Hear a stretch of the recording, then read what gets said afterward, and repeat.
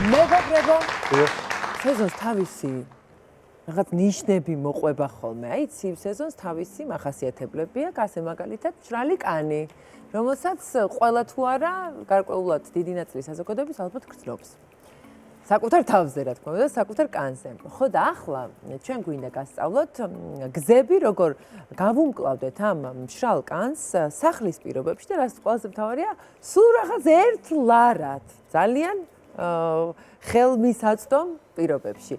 ესე იგი, ჩვენ ვიზრუნებთ არა მარტო სახის კანის სიმშრალეზე, არამედ ფეხის სიმშრალეზე და ეს ძალიან საინტერესო საკითხია და ასევე თმის სიმშრალეზეც. თუმცა სანამ ამაზე გადავალ დეტალურ, ესე ვთქვათ, განხილვაზე, სტუმარს დავპატიჟებ ჩვენთან სტუდიაში და მოდით ერთად ვისაუბროთ, რა გავაკეთოთ და როგორ. ჩვენთან დღეს სტუმრად გახლავს მოდელი თიკო ჩხეიძე. მოგზანდით. მადლობა, საინტერესოდ საუბრობდით და მეც მაინტერესებს თმასთან დაკავშირებით განსაკუთრებით. შენ გაქვს თუ არა ეს დისკომფორტები, რომელიც უკავშირდება სეზონურ გამოშრობას, სახის თუ სხვა? ნუ ბუნებრივია, მეც მაქვს ალბათ როგორც ყველას და რაღაცა ვცდილობთ რომ უფრო ხშირად ავიტენიანოთ ხელი, სახე და ხელი გიშრება, ხელისკანი მეც მიშრება. თმა? ყველაფერი განიცდის ამ თმაც კი ცვლილებას. თუმცა თმა ზაფხულშიც მე მგონი წვიდან გამომდინარე გიშრება. გაქვს შენი ხერხები და მეთოდები, რითიც ახერხებ აი ამ სიმშრალის ალაგებას?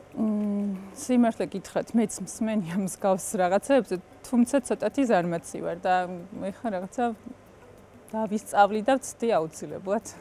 კარგი. რადგან შენ არ გვიზიარებ შენ მეთოდებს, ჩვენ გაგიზიარებ ჩვენებს. ჩვენს მეთოდებს. და ვიწყებ ბანანით. დღეს ჭამეთ ბანანი ხალხო? ჭამია. მართლა ჭამე? ბილი. არა. თიკო შენ ხარ გიჭამია ბანანი? არა. მეც ჭამე ბანანი. აი ესე დაემთხო და ჭამე. მაგრამ აქ ყველაზე მნიშვნელოვანი ის არის რომ გავცქრით ამ ბანანს. ხო. და რომ მიირთმევთ ამ სიმშრალეს არ უშველის. არა, აქ ჩვენ გვჭირდება არა რბილობი, არამედ კანი.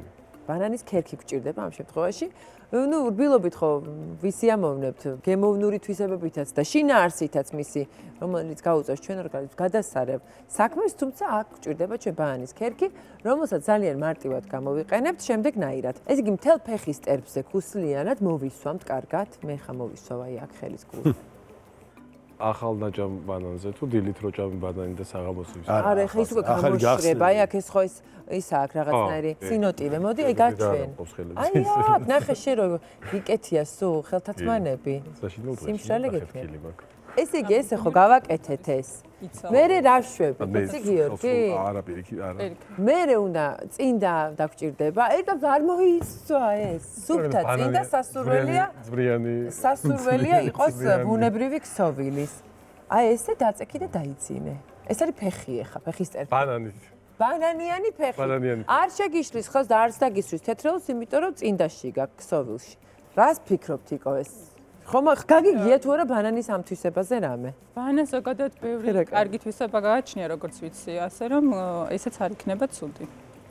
ფეხის ესე ვთქვათ ქუსლის განსაკუთრებით სიუხეში არ ახალია ადამიანებისთვის, იმიტომ რომ ზამთარშიც და ზაფხულშიც თანაბრად განიცდის სიმშრალეს სხვადასხვა პირობებში ყოფნის გამო. ამიტომ ეს ბანანი თან მით უმეტეს არაფერს არ ხო შეჭამე და მე გამოიყენე მისი ქერქი. მშვენიერი გამოსავალი იქნება.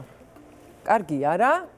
გადასარევ. აი ცოტა ხანი დაძინებამდე მაცალე და ნახე ესე ვიყოთ და გავაკეთოთ ჩვენ. სხვა კადი ვექნებ. მეორე მეთოდი არის ის, რომელიც თიკოს აინტერესებს, რომელიც უკავშირდება ჩვენი თმების სიმშრალეს. მაიონეზი ალბათ ხშირად ხსმენია, რომ არის კარგი. გამომიყენებია მაიონეზი. გამოგიყენებია. მეც გამომიყენებია, მაგრამ ამ შემთხვევაში მე ვფიქრობ, რომ არასწორად გამომიყენები და გეტყვით რატომ. ესე იგი ზოგადად თმაშრება, იმიტომ რომ არასაკმარისი ცხიმი აქვს, ხო იმ მომენტში, მით უმეტეს ბოლოებთან სანამ ცხიმი ჩამოვა, ხო ამ კალპიდან, ესე ვთქვათ, საკმაოდ ბევრი დრო უნდა და ვინ აცდის მაგას. ამიტომ მაიონეზი, რომელსაც აქვს ძალიან ბევრი ცხიმი, ამ შემთხვევაში ძალიან კარგ სამსახურს გაგვიწევს. ეს შეგვიძლია გავაკეთოთ თავის დაბანის წინ, რაღაც 15 წუთი. კი, 15 წუთი საათამდე, მე როგორც ვიცი, ოღონდ მე ვუმატებ ხოლმე ასევე კვერცხის გული და ცოტა თაფლი, როგორც. და ამას ისმევ მე. კი, და შენ მთელ თავზე ისვამდი? ანუ ამ ძირიდან ბოლომდე. აი მე მგონი ამაში იყო ჩემი შეცდომაც, რასაც მეც ვაკეთებდი ხოლმე და მე აქ კიდევ უფრო მიცხიმიანდებოდა, ვერ ვიგებდი რა ხდებოდა. თურმე მხოლოდ მის ბოლოებში დავენებე თავი, რა ვიცი და ალბათ არასწორი გამოყენებიდან. ხო, ანუ ყველაფერს ცოდნა სჭირდება, როგორც და უნდა შევიფუთოთ თიკათო რა. არ უნდა შევიფუთოთ, ეს შეგვიძლია, ნუ ავიკეცოთ, რომ ამ ცხიმარდა, სხვა რომ შვენი 60 რა თქმა უნდა, მაგრამ უბრალოდ ბოლოებზე შევიზილოთ, გავიჩეროთ რაღაც პერიოდი, რაც დრო გაქვთ 15-20 წუთი, შემდეგ ჩამოვიბანოთ და ესე ჩენით მის დატენიანება სახლის პირობებში ქილაზე მორჩენილი მაიონეზით. ესე იგი, მესამე პროდუქტად თქვენ ხედავთ რძეს.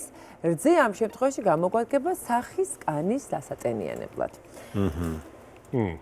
ეს მეთოდი მახსოვს არის და ჩვეულებრივი. ეს არის ჩვეულებრივი რძე, რომელიც როგორც ირკვევა, გარკვეულწილად ექსფოლიანტის ფუნქციასაც ასრულებს, იმიტომ რომ რძემჟავა შეიცავს როგორც მოგეხსენება და კანის აშრევებაში დაგვეხმარება ამ შემთხვევაში და რადგან აშრევდება ეს მშრალი კანი, შესაბამისად აღდგენის პროცესი რო წამოვა, სიმშრალეც გაქრება.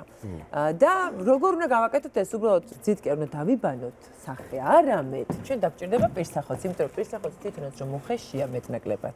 ესეც კიდევ დაეხმარება ამ ექსფოლიაციაში. რაღაცა ყველა ვართ დღეს ცალი ხელით, დავთმობ ამ წინდას. ანუ საბოლოო ეფექტი მაინტერესებს. 1 წუთი. ცალი ხელით. ყველა ცალი ხელით კარგი იყო. ხო, ესე კი, სხვაობა არის. მართლა მაინტერესებს სხვაობას თუ ხედავთ იკო. მე თვითონ შეგხვდებით მაგ. იცი რა, კი არის, თუმცა არა და ხელი საცხი მესვა თან მინდა გითხრათ. მართლა? ხო არის. კი. ხო. ახლა ეს უბრალოდ ნამდვილად უბრალოდ დასრიალებს ხე. თან რა ახლა თელი ხამე რო გექნება, ხო წარმოგიდგენია რა იქნება. დაუბრუნდეთ ისე რძეს და სახის ექსფოლიაციას. ესე იგი, ჩვენ ამ შემთხვევაში, ესე იგი, ბამბის დისკი წასმა არ იქნება ისეთი შედეგიანი, რადგანაც გჭირდება ცოტა უფრო მეტი, ოდნავ მეტი ზეწოლა კანზე. ამიტომ რძეში დავასვერებთ პირსახოც. ნუ, თლიანად არა, რა თქმა უნდა. აქ ლარად მუშაობ. ლარად მუშაობ. ვასველებ და მოძრაობებით, ალბათ წვრილი მოძრაობები ამ შემთხვევაში კიდევ უფრო უკეთესი იქნება. ჩამოვიტარებთ ყველგან. შემდეგ დავიფენთ, აი ამას რაღაც პერიოდით. დავიფენთ სახეზე. შემდეგ ჩამოვიბანთ, რა თქმა უნდა და ერთი საცხის ალბათ ჯობია მივახმაროთ კიდევ უფრო ეფექტის გასაძლიერებლად. და რამდენჯერ უნდა გავაკეთოთ კვირაში? გააჩნია სიმშრალის ხარისხს, თუ ძალიან მშრალია, ალბათ კვირაში რამდენჯერმე 2-ჯერ, 3-ჯერ თუ რა და კვირაში ერთხელაც პრინციპში. ყოველ შემთხვევაში არ გვავნებს, ხო? არა, ნამდვილად არ და გვავნებს. არაფერს არ. უბრალოდ ალბათ ყოველდღიურად თუ არა, ისე ამაშრევებელ რაღაც საშუალებებს მე მაგალითად ყოველდღე ვიყენებ და რატომაც არა ყოველდღე დავუშვათ რძით სახის დამუშავება, მაგრამ ნუ დააკვირდით თუ მოგეწონათ შედეგი და მისი გამეორება მოგინდათ, ყოველ შემთხვევაში ნამდვილად არ აქვს რაიმე უკუჩვენება. და გადავდივართ ასევე კიდევ ერთ სიმშრალის კარგ გამოხატულებასთან ზამთარში, ეს არის მშრალი ტუჩები. ყველას აქვს რაღაცა ცოტა კბენია ტუჩები. ხო, მე დღეს დილასაც ვიგზნი რომ გამომშრობია ტუჩები თქო. ხო და ერთი ძალიან ძველი მეთოდი არსებობს ამისი, მეც დედა ჩამასწავლა, მას თავისმა დედამ და იმის იქიდან კიდე ზემოდან მოდის ეს ცნობები და წოდნები თაფლის შესახებ, რომელსაც ასევე ჩხირით, როგორც ბალმს, ასე ვთქვათ, როგორც ერთგვარ ბალზამს გადავისვა ტუჩზე და შემდეგ ამით დავიძინებთ, გიორგი. აი, რასაც იცოდი. ანუ ფეხზე ბანანი, თავზე მაიონეზი და ტუჩებზე იმით, რა ქვია, თაფლით, ხო?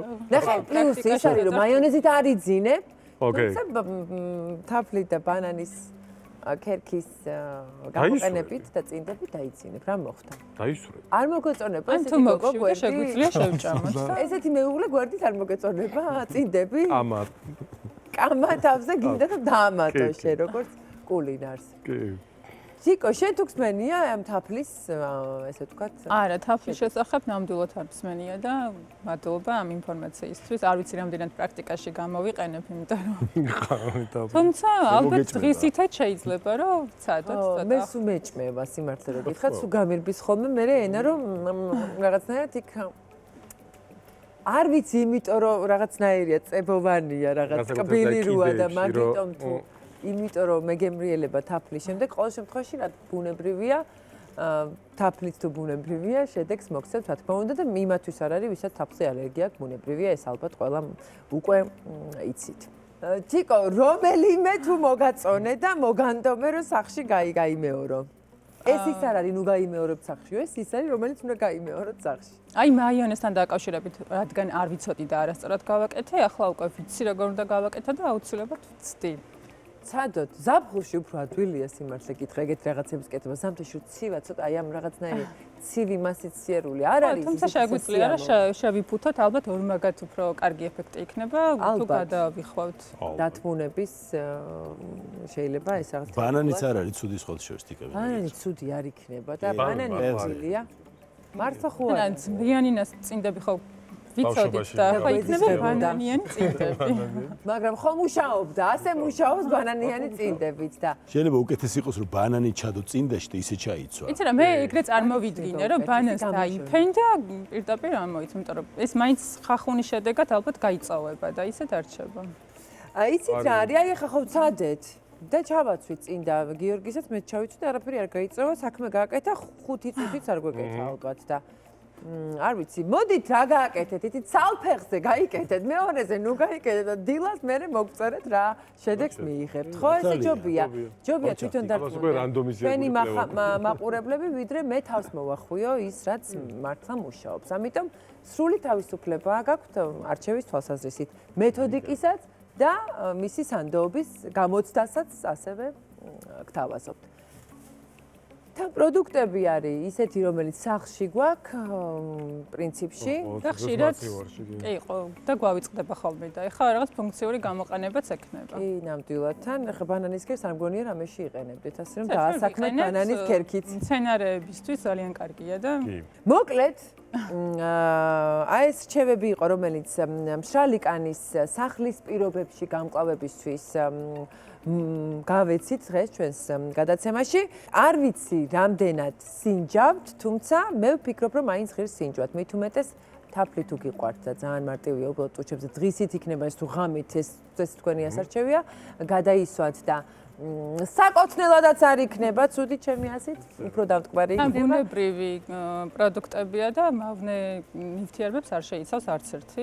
თუ ალერგია არ გვექნება თაფლზე. და მაიონეზს გვეუბნებია, ნუ შეჭამთო და აბატონო, ავაჭამოთ თმას, რომელიც შეიძენს უფრო მეც ხიმიანობას და შესაბამისად სიმშრალესაც დაემშვიდობებით. ძალიან დიდი მადლობა დღეს ჩვენთან ერთად ყოფნისთვის. თიკო, მადლობა შენ მადლობა პირიქით საინტერესო რჩევებისთვის. ნამდვილ ექიმებში დღევანდელი რჩევები ამოვწურეთ, მაგრამ რა თქმა უნდა რჩევები გვაქვს და ერთი სული გვაქვს კვლავ გაგიზიაროთ. ეს მოხდება უკვე შაბათ დღეს. შაბათ.